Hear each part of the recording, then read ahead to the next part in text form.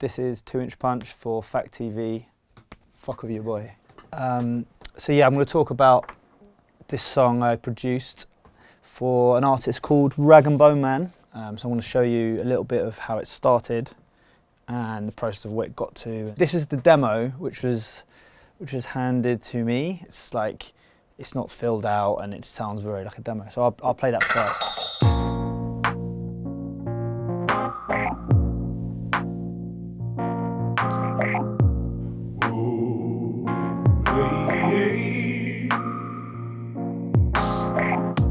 Maybe I'm foolish, maybe I'm blind, thinking I can see through this and see what's behind. I'm soloing the main drums here. That's just the main kick and snare, which just feels a little bit draggy and doesn't really push it. So they've got other bits which I really liked, which are like these sort of filter bits are going to come in now. It's kind of cool. Pushes it along a little.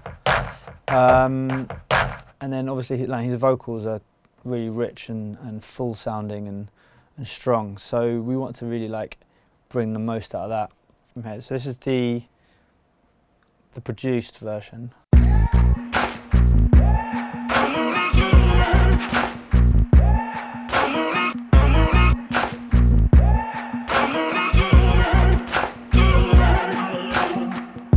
Maybe I'm foolish, maybe I'm blind, thinking I can see through this and see what's behind. So the main thing I did was I got this more of like a driving bass that just pushed all the way through, which is like a Rickenbacker bass, which I just distorted and put it through a couple of amps and then some Sound Toy stuff.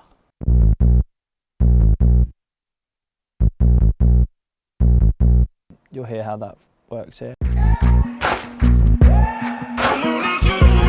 And then I wanted to put like the hook earlier, just a touch of it. And I redid all his vocals because I wanted it to be a bit grittier. You want to get that message across, and I thought it was a bit soft before. So what we did is we did this lead vocal. Maybe I'm foolish, maybe I'm blind. Affected that a little, made it a bit grittier. Another thing I do this quite a lot is I just put the same lead vocal, but I put it up an octave. And if you hear that, you wouldn't notice it in the mix probably.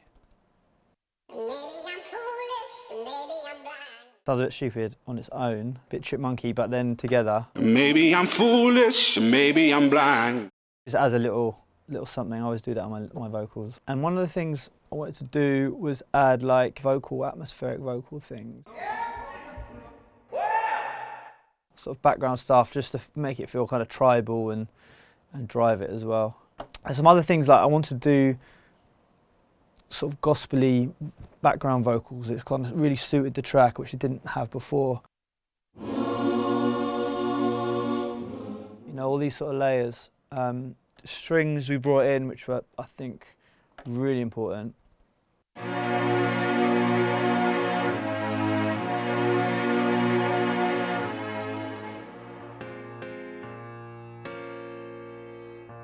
The best thing for me. It's just hard work. I mean, there's no secret really, I don't think.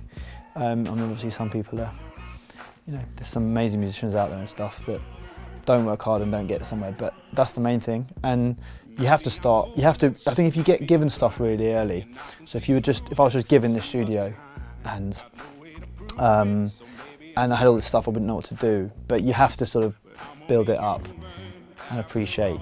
You know, I always try and get a new piece of equipment, a new toy, and I don't get more than one. I get one thing and make sure I work it out and then get the next thing. And sometimes you get demos and you just can't even see what they see, you know what I mean? And sometimes you get them and you're just like, you might even fall in love with the demo and you're like, oh, I don't know what I can add to this. This track, I really saw what it could be. And that's the best one thing where you think the bare bones of a great song and you're like, you can really take it somewhere. Maybe I'm foolish, maybe I'm blind, thinking I can see through this and see what's behind.